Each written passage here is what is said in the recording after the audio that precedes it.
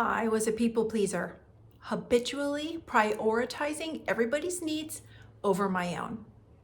And if you're this person and if you have these traits, listen to this because I'm going to share with you what helped me to understand this and then heal that and get over it. I can now proudly say I am a recovered people pleaser, but it is a work in progress. Hi, I'm Leanne and welcome to my channel. I say this with love 33. Today I want to talk about people pleasing because I spent the first 54 years of my life as a class A number one people pleaser. And why, you might ask? Let's think about that.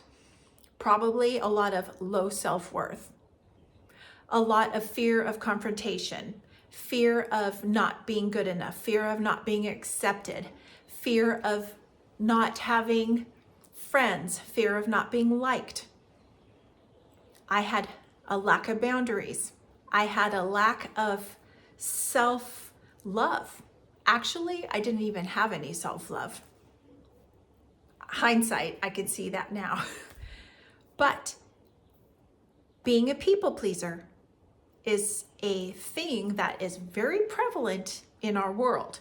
And I'm gonna say it's probably equal between men and women, but most of the people pleasers that I know are women. My female friends over the years that have gone above and beyond what they should, which I can see them in that space, but I didn't see myself in that space, which is completely normal to see others, but not ourselves. But, you attract what you are. So me being a people pleaser saw it in other people.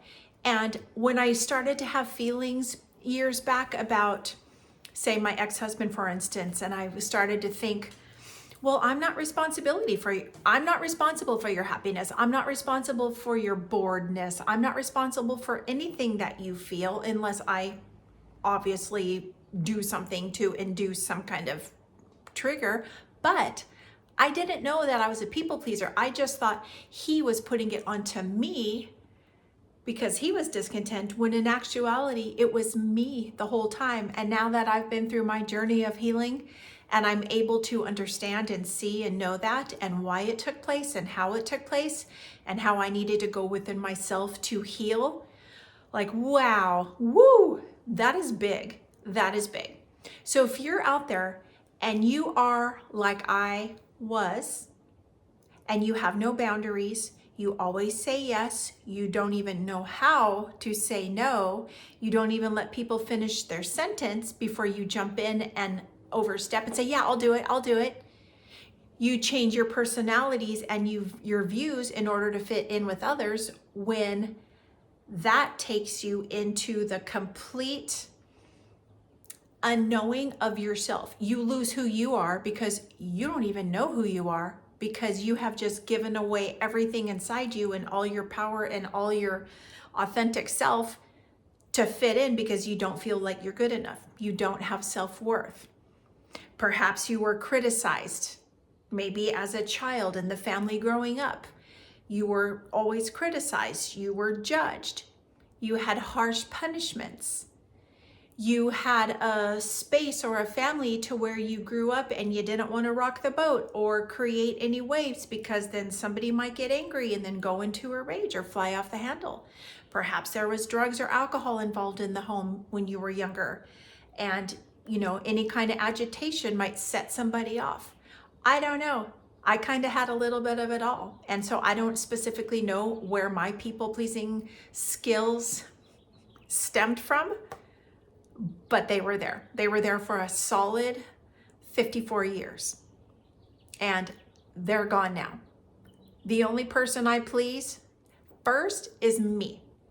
And if I'm pleased and it contracts my heart and I feel fulfilled, then I can pour into others and please others if I choose to. But I don't have to. If it doesn't honor me and my schedule and my feelings and my energy, then I don't have to say yes. And you know what? I want to say this, and I say this with love, since I started to become aware of that and heal that and put up boundaries, the world has not come to an end. The earth is still spinning, and I've been saying no. Ha! Who would have ever thought?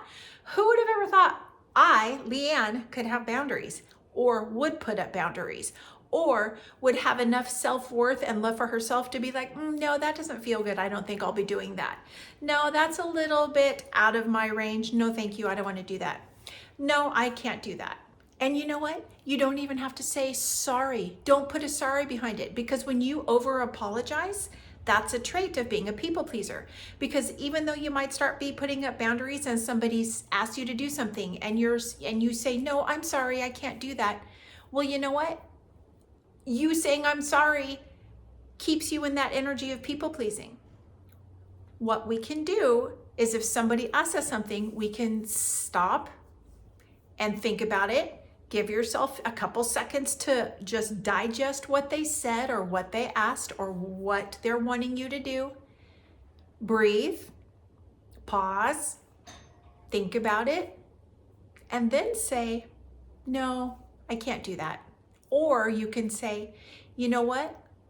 Let me think about it and I will get back to you. Don't ever apologize. You don't have to be sorry. It's okay. It's okay for you not to want to do something, or to not have the time to do it, or to be too tired to do it. To put you first before you say yes to everybody else. That was so hard for me to learn, because not only did I do that as a kid trying to fit in, because in childhood, like every human just wants to be accepted and fit in and be part of the crowd, or have somebody that understands them and is the same as them. And kids are mean. Kids are mean.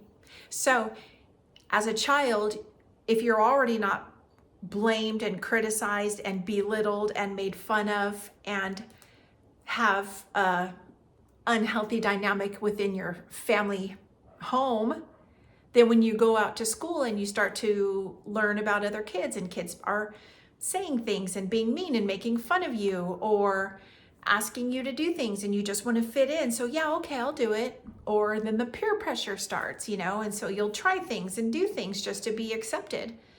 And how many regrets do we grow up with after that?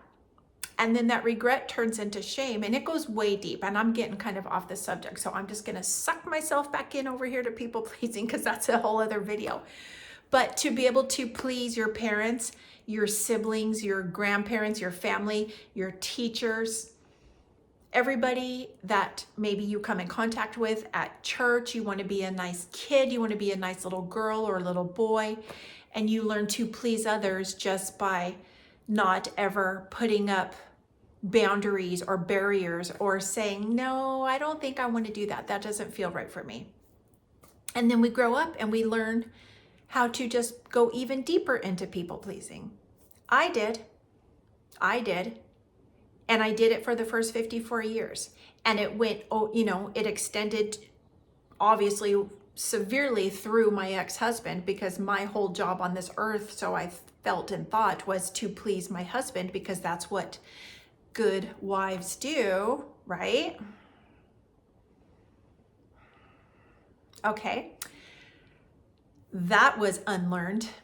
And that's a condition that doesn't need to be taught, but here we go. I people pleased to the core with that situation, and of course into my home situation, and pleasing everybody that came into my home. So if I was going to have dinner or, have a party, and I just wanted to please every single person that was going to be here, I have to make every single different type of food, every single different type of appetizer. I have to have all the drinks, all the options. Like I have to be a full bar and a full soda machine, and I have to have a full buffet for everybody to be pleased. And you know what? I'm going to spend 2 months cleaning my house and getting everything prepared and buying everything that makes me look like I have it all together and that it's perfect, and that they're pleased with the way my home looks and the way that I look and the way that I present myself and my home and my family to others, because that's what gives me self-worth. Oy vey. Just even saying that exhausts me. Woo! I lived that way for the first 54 years of my life. Holy crap. That's a lot. That's heavy. That's a lot of heavy energy to carry. And still, when you do that, because, you know, I didn't know any different. I was just living my life doing what I thought I needed to do, just getting through the moment. Yeah, I felt heaviness. I felt tiredness. I felt guilt for saying, kids, I'm sorry, you know, I'm going to have a party like in a month. So I have to give all myself to my house and the menu and all the things so that I can present us beautifully. And so I carried guilt and shame about that. I have released that, and I know that, you know, everything's okay and everything happened the way that it was supposed to happen to get me to where I am today. But you as people pleasers out there, please listen and stop and close your eyes and take some breaths and self-reflect. Do you have the traits of a people pleaser? Do you need to appease everybody else's emotions and opinions over your own? Do you even allow yourself to have emotions or opinions? Do you say yes out of fear of rejection? Do you feel responsible how others feel? Do you have low self-worth and your worthiness depends on how much you do for others and how much you give others? It's okay if you do. It's not right, it's not wrong. It's how it makes you feel and how you can excel throughout your life. But if it feels heavy when you say yes and you're like, man, I don't know if I really wanted to say yes, I should have said no, but then I'll just have guilt and shame and then I wouldn't know how to face them or I wouldn't know what to say and I don't know. Like that's a contraction. That's a contraction of your heart and your energy. And right there alone, that's your body communicating with you. And our body is always communicating with us, but we don't listen most of the time. We're just like, shut the hell up, just say yes, it'll be easier and I'll just deal with it later. And then later comes after you do it and then you're like, God, I'm so tired, or man, they're so ungrateful. And then you become bitter, you become sad, you become like pissed off at them because they don't appreciate what you did. Feel into that. If that is you, that's okay. But do you want to continue to be on that path, or do you want to make the choice to acknowledge that's who you are being a people pleaser, and why am I a people pleaser? Let's go in and push into that. Let's go way back. Let's go back to childhood. Let's kind of push in to see like what has taken place. What kind of family did you grow up in? What kind of emotional regulation was in your home? Did you have to please everybody to keep the peace? I did, because my home was volatile. There was no emotional regulation in my home. I get it, and I offer you love and compassion. And that's why I'm making these videos, to help put love and peace out into the world, because we are all the same. Yes, we look different. We have different skin colors. We have different religions. We have different political beliefs. We have different religious beliefs. We live in different parts of the world, but we're all the same, and we all deal with these human energies and lessons that we are here on earth learning. So people pleasers out there, if it feels good to you, continue on. Maybe one day you'll be at a point where you're like, okay, I'm done. I'm tired of putting everybody else's needs in front of my own. What about me? I feel depleted. I feel unworthy. I feel stressed out. I feel anxious. I take all this medicine because I can't sleep at night. And then I wake up and then I have to have all this caffeine to get me through the day. And I have to have all this sugar. Otherwise, I'm not going to be able to make it and I won't be able to get through my day. That's a lot. That's heavy. That's heavy. I've been there. I know exactly what takes place to get through your days, months, years of being a people pleaser. It's exhausting, but there is hope. And as I've said before, we just need to unlearn and peel the layers of why we are people pleasing. What is it within us that is lacking, that is screaming out, that is in need of, that is creating us to be a people pleaser? For me, it was a lot. I went in to heal my inner child. I went in to heal generational trauma. I went in to acknowledge and work on my low self-worth. I went in and healed not having boundaries. And why didn't I have boundaries? And that went way back. So you have to take a lot of steps back and go in and push into things that might be hard to feel. You might not want to feel. You might not even know. It just might be buried at a cellular level in your subconscious. But there's professionals out there and there's videos. And this is how I learned my stuff, was on videos and podcasts on YouTube. And that inspired me through my healing journey to put my voice out there to help others that are in the same space that I was. I was here 4 years ago. Now I am out of my healing journey, always a work in progress. It's never ending, but I have learned and acknowledged and healed the low vibrational traits that I carried.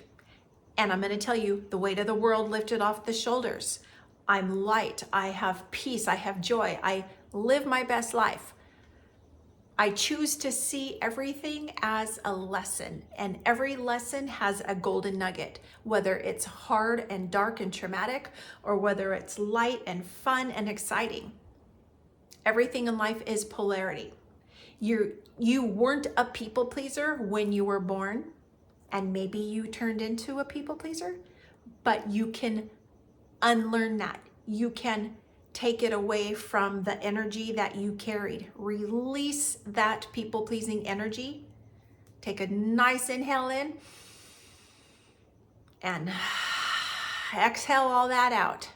Because when you are a people pleaser and you carry that weight on your shoulders, it takes you down. Seriously, if you allow yourself to go in and heal that and make that choice, you're going to get taller. You're going to feel lighter. You're going to have a pep in your step. You're going to feel more peace, more joy. And it's just not about saying, no, I'm not doing that for you because like I'm number one. That's not it at all. It's about feeling into yourself, what's right for you, what's going to fill your cup. Because if your cup is not full and you do not offer yourself love and self-care and unconditional love for yourself, you have nothing to pour into anybody else's cup. And although you might physically be pouring into everybody else's cup, emotionally, mentally, energetically, you're depleted, and it shows and it's felt, and your body's keeping the score. And that's a great book, The Body Keeps the Score, by the way. I don't remember the author, but I did read that, and that was a beautiful book. But I just want to say, people pleasers, check in with yourself. Why are you a people pleaser? What is it that you need validation to make you feel worthy? Do you love yourself? Do you feel worthless without doing everything for everybody? I did. And I offer you love and grace and compassion. And I know you can unlearn it and heal that and be lighter and find love and joy and peace in your life. And it is available to all of us. And if you know somebody that's a people pleaser, offer them love and grace and say like, why? Like, why do you think you're a people pleaser? What happened? Like, yeah, things are hard to feel, but it's gonna be worth it. And nothing happens like a magic pill. Nothing happens overnight. I'm not gonna tell you something like, yeah, do this and you're just gonna be instantly healed. Nope, that's a bunch of bullshit. Things take time, things take presence, and things take energy. Healing yourself takes time, presence, energy, and all the love that you can find and give yourself. Because you might have been lacking that from your childhood, and that could be a trigger that you're looking for in your people-pleasing skills because you lacked the love and the nurturing that you needed. Feel that. I do say all this with love. I offer you guys peace and love and grace, and I've been on this road. I'm talking about it because I lived it. I know, I experienced it. I get it. And you can be in the darkness and feel heavy and burdened and stressed out and overwhelmed and like you don't want to go on anymore. But there's also the choice to, you know what? I just watched that video from Leanne and she talked about it, and I feel like I'm ready to step in and make a change, maybe figure out what's going on inside of me so that I can heal that and feel light. So we can step out of the darkness and into the lightness. Just like quieting our mind and opening our heart. I do say all this with love. If you have any comments or questions, please don't hesitate to leave them in the comment section. I would love to communicate with you guys. This is a passion of mine, to put my knowledge, wisdom, my experiences out into the world for humanity to become one. We are all one, and there's so much separateness, and there doesn't need to be, there shouldn't be. So I do say this with love. 33. Have a beautiful day. Namaste.